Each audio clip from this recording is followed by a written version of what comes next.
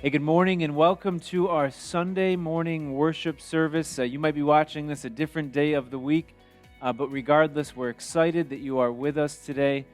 We've got a few worship songs that we're going to do together, and I would encourage you, don't just be somebody sitting on the sideline listening, but engage your heart and your affections and really fix your eyes on the Lord this morning, on Jesus. As we sing to Him, as we worship Him, as we declare His goodness on this earth. And then we're going to be getting into today's word, which is the first sermon from a series called The Final Week. And it's a day-by-day walk together through the final week of Jesus' earthly ministry. And so we're going to be doing that right after worship. Glad you're with us. Enjoy today's service.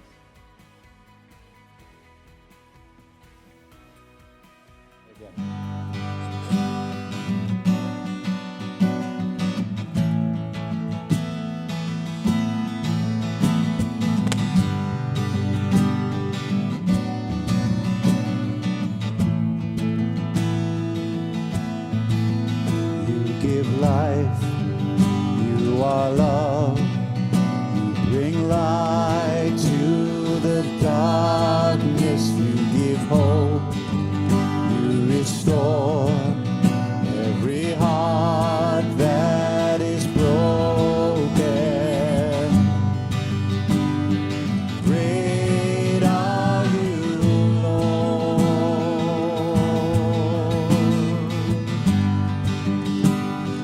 Great are you, Lord. It's your breath in our lungs, so we pour out our praise. We pour out our praise. It's your breath in our lungs, so we pour out our praise to you, only God. Great are you, Lord, you're my only God.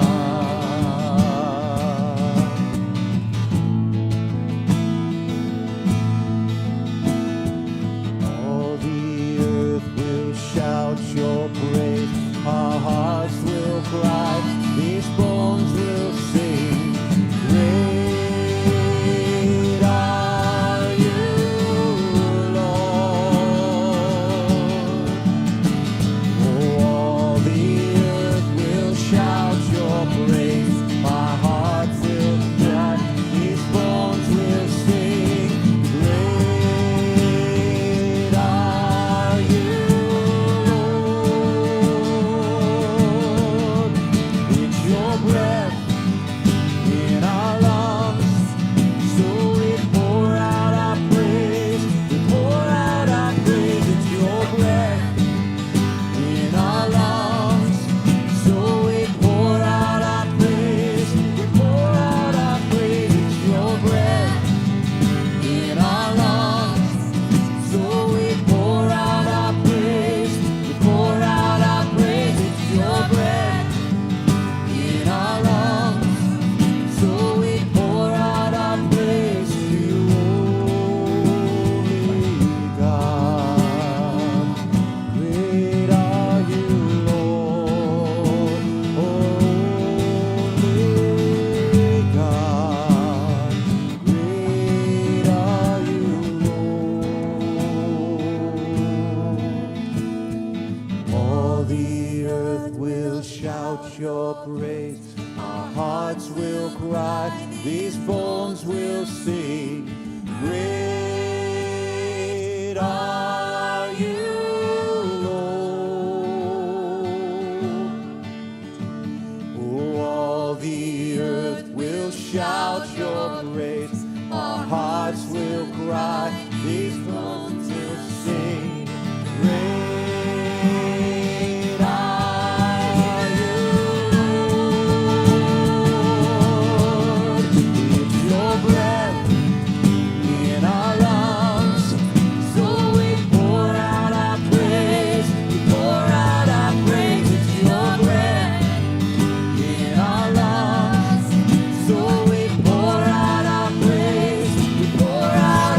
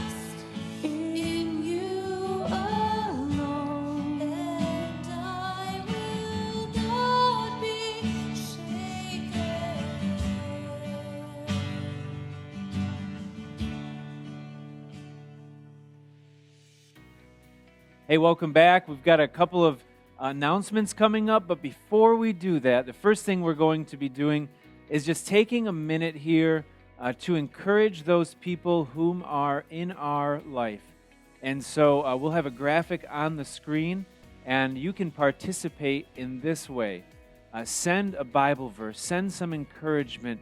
Take the next 2 minutes and pray for your neighbors, pray for the people in your life. But in some fashion, allow your life to begin to impact others. And so we've got this 1 minute encouragement time, and I just want to encourage you to use this time to set your heart on other people and really reach toward other people in this next minute.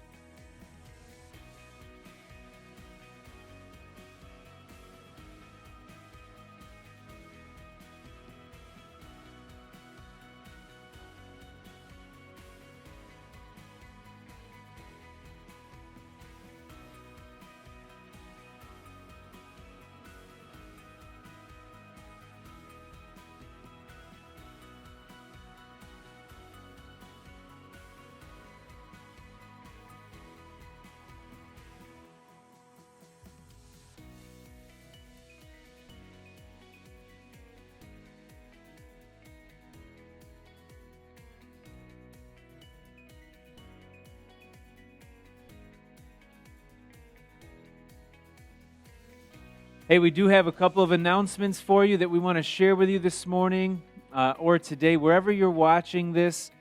First, we want to let you know that we did begin a biblical foundations course here this past Wednesday night at the church here in Boonville.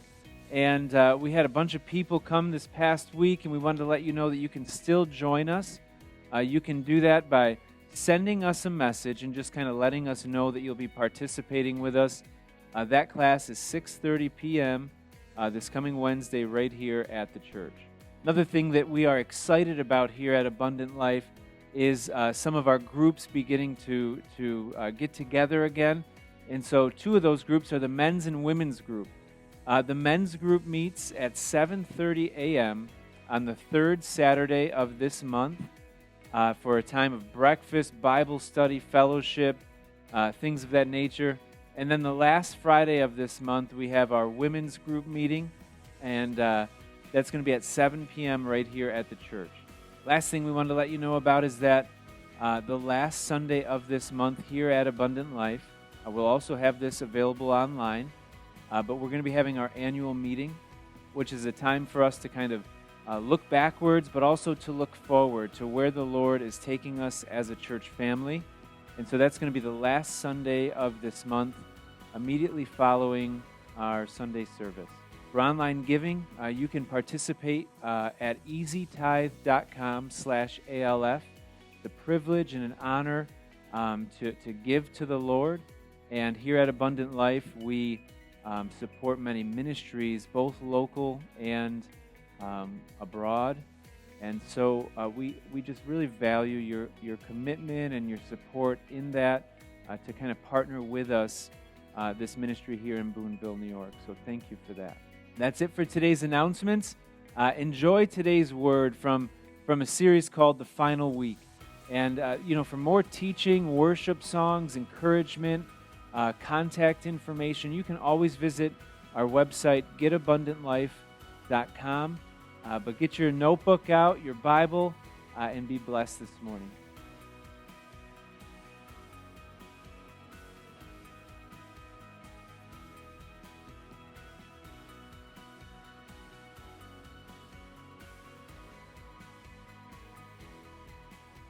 Hey, good morning and welcome to today's message. We're going to begin a series today around the last week of Jesus' earthly ministry.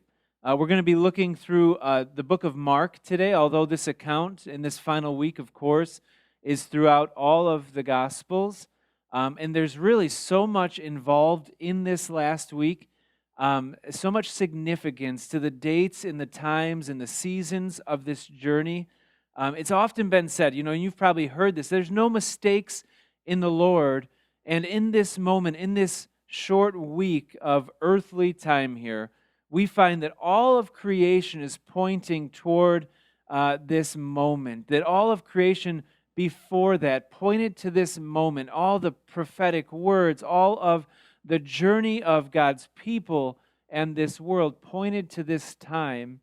And now, in many ways, we as a people look back to this time as a source of our identity, as a source of our freedom, as a source of knowing the Lord. This is the journey of the Lord, and we are, in many ways looking back to this time. And so today we're going to be looking at the Gospel of Mark, and the Gospel of Mark was written somewhere in the neighborhood of like 70 AD, some 40 years after this week that we're going to be looking at.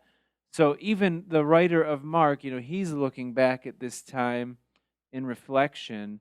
And so, everything looking to this point, this week beginning with Palm Sunday, and I say this week, the Passion Week as it's called, we're going to be looking at Palm Sunday today. Not that today is Palm Sunday, but our first lesson is the Sunday before the crucifixion. Each week we're going to be covering a different day. So next week would be Monday, of course. It'd be Monday of the Passion Week. And we're going to be ending this series on Resurrection Sunday with a look at that very day. And we're looking at everything in between. Great significance and tremendous influence, in the life of a Christ follower is found throughout this week, in the journey and in the path.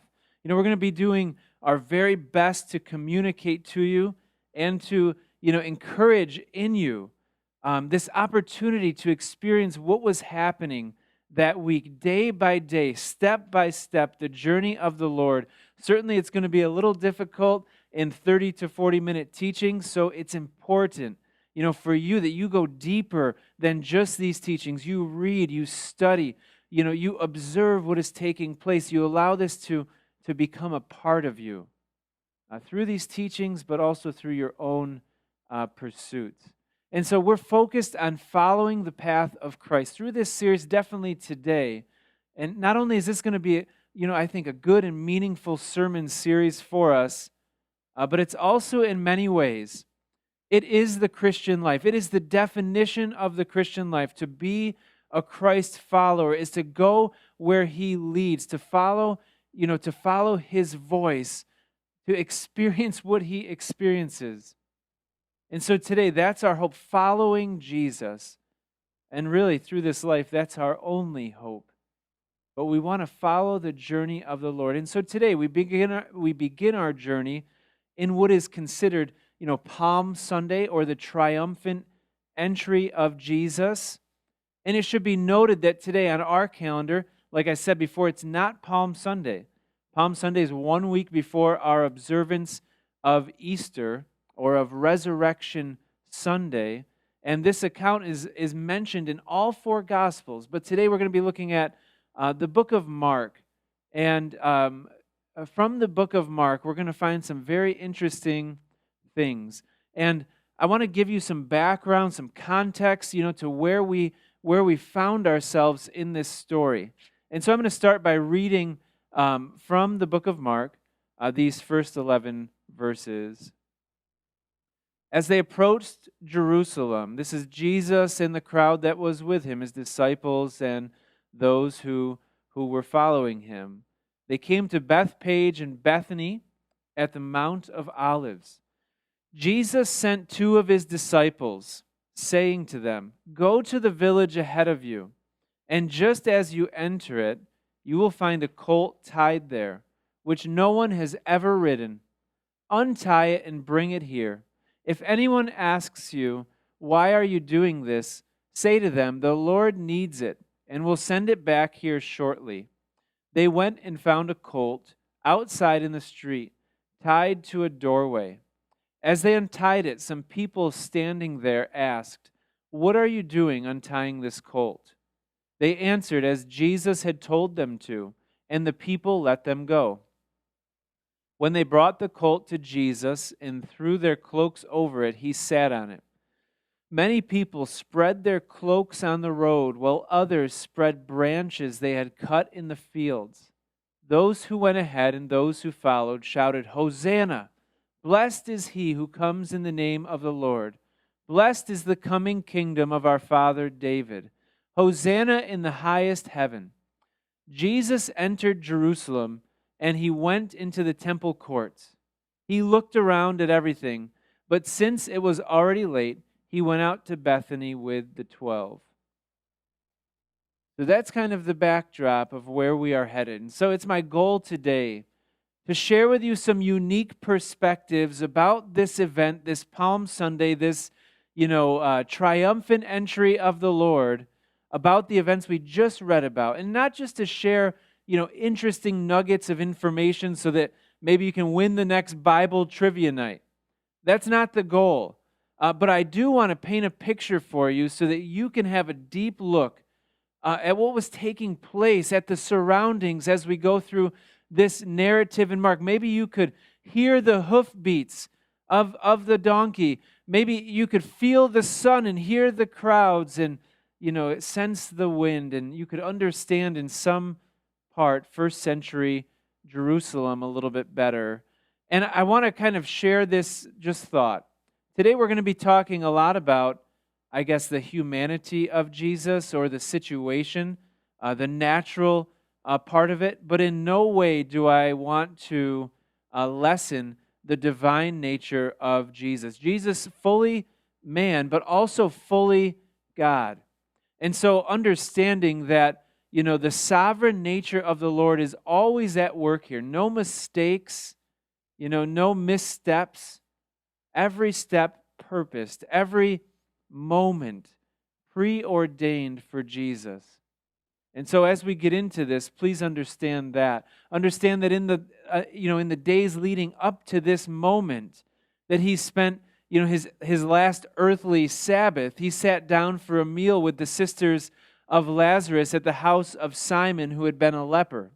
So this was the event immediately preceding where we find ourselves. At this feast, he was anointed by Mary, and during the night, we see this council of Jews convening to consider putting both he and Lazarus to death, because above all else, Romans wanted to keep peace. They did not, any hint of insurrection, any hint of conflict, they wanted to squash immediately. But the news was spreading about Lazarus being raised, and it got people excited, and the works of Jesus were becoming known. See, Mark mentions 3 places together in this gospel passage. He says Jerusalem, Bethpage, and Bethany as they're at the Mount of Olives. And Jesus had just been traveling from Jericho, roughly 17 miles to Jerusalem. So we've got these events that he's just coming from. We got this journey that he's making, perhaps about a 6-hour journey, those 17 miles. In this country, on this journey that he is coming from Jerusalem, between Jerusalem and Jericho, it's this hilly and rugged and desolate kind of area. But we see that one of the finest views of Jerusalem is gained from Bethany. You can see the full expanse of the city. In another gospel, we see Jesus overlooking the city, weeping over the city. There are people around Jesus who are in awe of the miracles and who are welcoming him for what he could do, not for who he was necessarily. Note that many of these same people are going to be present in the coming week with a different response to Jesus. And so the time that we find ourselves is about 30 AD, 30 years into this new millennium, right? It was the beginning of the week of Passover, which was the most sacred week of the Jewish year. For obvious reasons, through the telling of the story that we just read, we've come to know this day as Palm Sunday. And that's a reflection of the palm branches from the date trees that were laid at Jesus' feet. And 2 of the upcoming climactic days that you're most certainly familiar with, or have at least heard about, a Good Friday and Resurrection or Easter Sunday. They're going to be coming in this coming week. But we start with the procession of Jesus entering Jerusalem. And I want to tell you very clearly today that there were two processions happening this day as Jesus is coming into Jerusalem. And it's possible in your life there are two competing processions that are taking place. The leading of one army, the kingdom of the Lord, and the leading of another army, the kingdom of this world. And so we see the procession of Jesus coming into Jerusalem on this day. These two processions that are taking place are happening on different sides of the city. So Jerusalem is this city of about 40 to 50,000 people at that time, it's believed. And with Passover, that population could swell upwards of 200,000 people for this event, this Passover that is taking place, this yearly pilgrimage that people are making. So understand that these were opportunities for disruption from a Roman perspective. You get all these people into the mix. So we're back, though, to these two processions happening on this day. One was a peasant procession, led by this servant king, Jesus. And the other was an imperial procession. Not like the Star Wars imperial force, but we're talking about the might of this world is coming in on the opposite side. So the east, Jesus rides the donkey down the Mount of Olives, cheered by his followers, laying their coats and their garments and these palm branches before him. Jesus, who was from the peasant village of Nazareth. See, his message was about the kingdom of God. His followers, in very large part, came from, this poor, working peasant class. For Jesus to arrive at the exact moment, at this exact time, took, careful planning, maybe divine planning, sovereign planning. These were long miles. It took days and weeks, not minutes and hours. One procession was coming from the east. On the opposite side of the city, from the west, Pontius Pilate, the Roman governor of many surrounding areas, entered Jerusalem leading, a large group of officers, this cavalry and soldiers, and Jesus' procession proclaims the kingdom of God, and Pilate's procession is claiming and proclaiming the kingdom of this earth. And so we have the imperial power, the might of Rome. And there's a question in this mix today as I just consider this competing picture. I'm going to ask this several times, but which leader are your eyes on today? Which procession are you following? If you were in this city, which gathering would you have flocked to? See, the hearts of many of the people that Jesus had before him and around him wanted him to take over and take charge. They didn't understand what kind of a king he would be. Jesus said, "My kingdom is not of this earth. If it were, I would have told you." And so, even with people following him, and we're going to get more into this as we go through this week-long journey, many times people's eyes were still on the wrong place. They wanted him to rule like David. Both of these processions were headed in the direction of the temple. See, some fascinating things about the Roman procession. Pilate's military procession was this demonstration. Anywhere they went, it was a demonstration of Roman power, Roman might, but also Roman theology. This military procession that was taking place was not a strange thing. It standard practice for the Roman governors of Judea to be in Jerusalem for major Jewish festivals. It was expected that they would make an appearance. And they did this because they didn't want trouble. Perhaps more than anything else, they wanted to keep peace so that their rule and their reign could be done with peace. They understood that the moment that insurrection arises, the moment that infighting arises, it means potential trouble for the kingdom. Now, if you can imagine the size of the Roman display of might here, we've got Jesus on one end on the donkey coming down the Mount of Olives, And on the other end, we have, hundreds, possibly thousands of hooves pounding on the ground. Surely could be felt from some distance. We have foot soldiers, step by step in line together. We have leather armor and helmets and, weapons and banners. They're golden eagles mounted on poles. And we've got the sounds and the marching and the beating of the drums, this really impressive display of power and might. And an interesting thing about, Rome, according to their thoughts, that the emperor was not simply the ruler of Rome, but was also called the Son of God, was also called the Anointed of God. They took a truth from Scripture and perverted it. And it began with the greatest of their emperors, one of the greatest, Augustus, who ruled Rome for about 45 years. And it was said that, his father was the god Apollo. The friction that the Jewish community felt with Rome wasn't just about social order and construct and, the different classes, the ruling class, but it was also a rival theology in ways.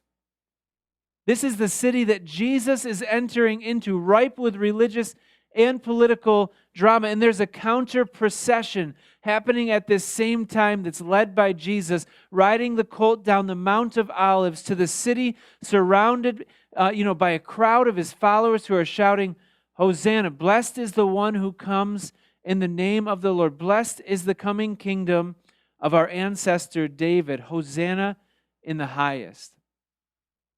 In many ways, it almost seems like this is a counter, almost like a protest of what's happening on the opposite side of the city. There's no mistake that they're coming at the same time. We find the prophet Zechariah talked about this very event and that Jesus is fulfilling this prophetic word that came before, that this king riding on a donkey will be, he'll put an end to war, commanding peace to the nations, and he will be, a king of peace. A little bit of a different procession that's taking place through the military might that's on display at the other side of the town. It's this contrast between the kingdom of God and the kingdom of Rome, the kingdom of Caesar, the kingdom of this world. Two very different kingdoms taking place here. The fact that this is happening in Jerusalem is important. Instead of running from what he knows is coming, allowing the cup to pass from him, Jesus proclaimed that it's actually for this moment that he has come. And a little history about Jerusalem. The setting that we're going to be spending some time in here, for the next 2 months, really, of our services. It became the capital of ancient Israel around 1000 BC, some 1,000 years before, under King David. And David's reign was, seen not only as a time of power and glory for the nation of Israel, but it was also justice, righteousness for the Israel, turning to the Lord. This is why we see that, the people are declaring a return to the type of kingdom that David oversaw and provided some 1,000 years before. That's why we hear them kind of desiring to go back to the kingdom that David was the king of. We see those proclamations from the crowd even as Jesus is coming into Jerusalem. See, this is one of the reasons why they called him the Son of David. They want to see Jesus sit on the throne of David and rule and to overthrow the Romans. To understand the context of this week, you must understand the temple. You must understand the temple had been built, that we're going to hear about in the coming weeks of sermon. It was central to this story. The temple had become, though, polluted and corrupted by the systems of this world, the influence of this world invading the temple. And maybe we see similar things happen in our day with the church as the world pushes harder and harder to come into God's house. The temple was supposed to be, the central place, the place of worship, the place that brought forth God's presence and His forgiveness, the place of sacrifice. See, the temple in some ways and in some fashion mediated access to the Lord for the Israelites. It was center for devotion, central destination of many pilgrimages taken by the Jewish people. It's spoken of about in the Psalms, especially the Psalms of Ascent, as they're going up to Jerusalem. They're singing these Psalms. I believe that's one Psalm like 120 through 124. You can check those out.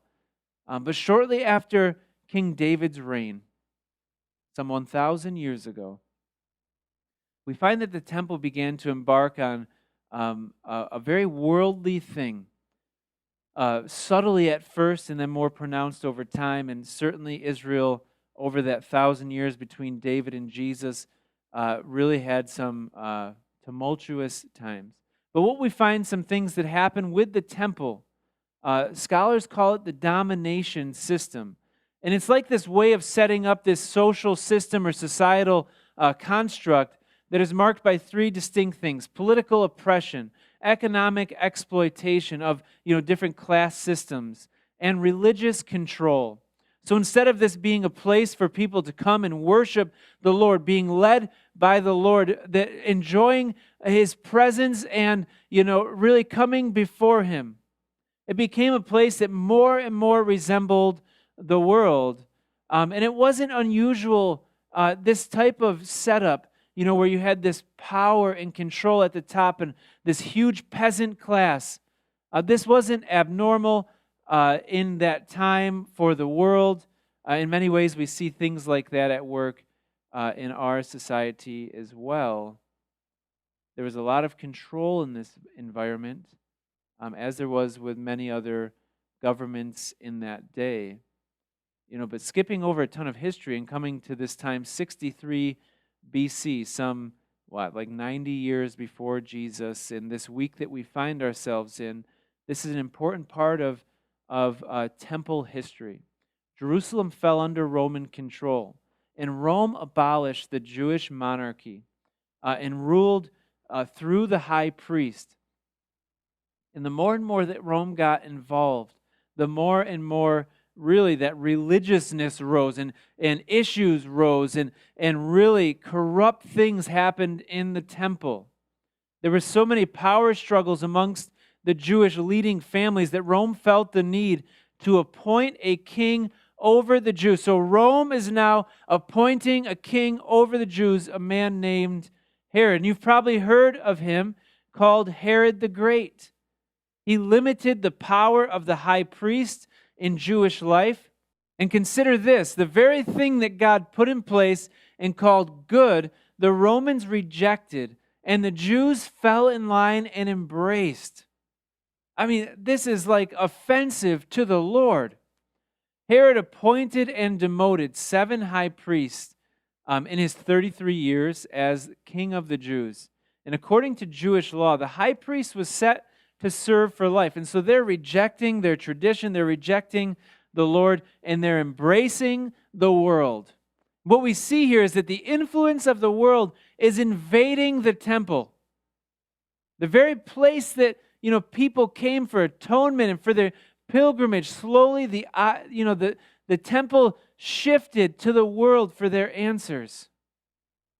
Became a central place of tax collection, central place of collection of their, of Jerusalem's tribute to Rome. And so as Jesus is riding his donkey into this city, understand that the world had invaded not only the temple, but Jewish life in many ways, had invaded their customs, had invaded their structure, had invaded their government, and it demanded, like this maybe archaic word, but demanded fealty, demanded that they bend a knee, that they bow before Rome. The temple had become a substation of the Roman government. In fact, through Herod, the Roman government rebuilt the temple for the Jewish people. And it was central. So, this confusing mixture of tradition and religion and worldliness in Rome. At the temple, they collected the money that would be given back to Rome, as well as, collecting religious things and tithes and their offerings and all of these things. It was a confusing mess. There's no mistake that Jesus, leading up to this moment, had many encounters with authorities, but his opponents are often named things like scribes and Pharisees and things. Jesus had already accumulated this reputation that the Jewish leaders, and in some ways the Roman leaders, felt this sense of threat from him because of his growing influence. And in turn, this was going to lead to his arrest and his crucifixion. Leading up to this day, Palm Sunday, Jesus lays before us a couple of predictions about this, the Passion Week. And they're found in Mark. We'll start with Mark 9. They left that place and passed through Galilee. Jesus did not want anyone to know where they were because he was teaching his disciples, and he said to them, "The Son of Man is going to be delivered into the hands of men. They will kill him. After 3 days he will rise." But they did not understand what he meant, and they were afraid to ask him about it. And then further in Mark chapter 10, they were on their way up to Jerusalem, maybe singing psalms of ascent. But they're on their way up to Jerusalem with Jesus leading the way, and the disciples were astonished, while those who followed were afraid. Again, he took the 12 aside and told them what was going to happen. "We are going up to Jerusalem," he said, "and the Son of Man will be delivered over to the chief priests and the teachers of the law. They will condemn him to death, will hand him over to the Gentiles, who will mock him and spit on him, flog him and kill him. 3 days later, he will rise." See, Jesus was not caught off guard with the time and the season that he found himself in. And it's super important. It's very important to understand that Jesus is not some outsider. Jesus was Jewish. He came as a Jew, and he came to Jews into a time and into a moment where the Jews had allowed the world and the power around them to greatly influence them. It's important to understand Jesus, within the context of 30 AD Judaism, not Jesus against Judaism. You got to understand him within the context. He was a part of Judaism, not apart from Judaism. And so Jesus rides into Jerusalem on the donkey. We can easily think that he's coming to set the religious authorities right, that he's coming to fix this broken system. And in many ways, yeah, that's true. He is going to do that. But he's also coming to combat the perversion of this, an entire people's relationship with the Lord as they allow the world in. He's coming to combat the pull that this world has on people, and really sin and idolatry and a turning away from the Lord. This reliance to look everywhere but to him.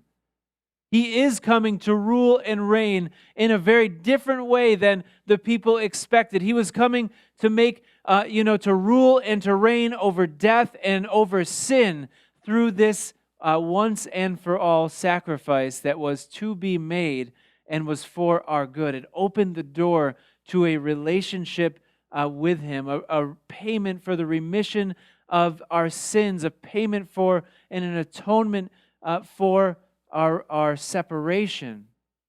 He's coming to reconcile humanity with their God, and it starts with the 4 hoofbeats of a donkey. See, there was a procession going on this day on both sides of the town, and if you lived there during that time, which one would you have been watching? Jesus is confronting the rulers of this world. He's confronting the adulterous hearts of people who had given themselves over to a love of power and of wealth and this world and this love of sin. He's coming to pay a ransom for the sins of many, the spotless lamb, and he's marching toward the temple. He's the one who never sinned, the one who kept the law, the one who, though riding on this lowly donkey, was coming to declare a new kingdom, a new reality, a new master, a new Lord, a new way. See, people often look for the temporary fix, but Jesus is interested in this divine, everlasting, eternal, fix. 2 processions are taking place this day in Jerusalem. 2 of them. The same question, the same alternative faces those who would be faithful to Jesus today. Which procession are we in? Which leader are our eyes on? Which procession do we want to be in? See, this is the question of Palm Sunday and of the week that is about to unfold. So to put it simply, are we living for the Lord, or are we living for this life, for this slice of time that we are here? Do we just want a king to come and rule in our day the way that we think that he should? You know, the Israelites, the Jewish people of that day, the peasant class, they wanted Jesus to come and rule and reign like David did. An earthly kingdom to bring peace to them. And Jesus came to bring a kingdom that was not of this earth, to make it a reality here. Jesus was coming into Jerusalem where he knew that there was a confrontation that lied ahead for him.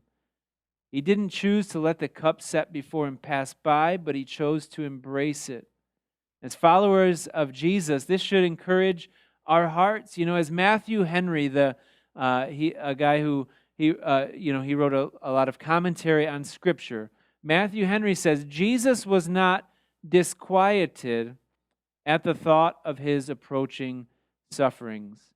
He was prepared for the journey that was before him. Reminds me of what Paul says, pressing on towards the goal, towards what is before us, the upward call of Christ, to know him and to make him known, to follow him wherever he goes. Are you prepared for that? Whatever that journey may look like, will you follow him?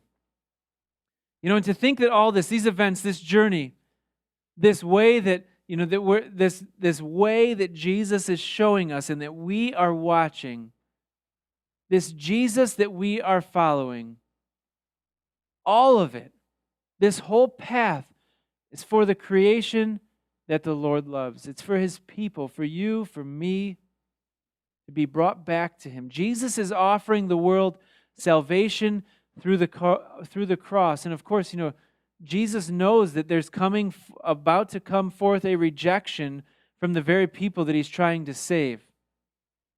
He knew, though, that this week, that what was coming forth, that this is the purpose that he had been born for, and that it was going to change everything.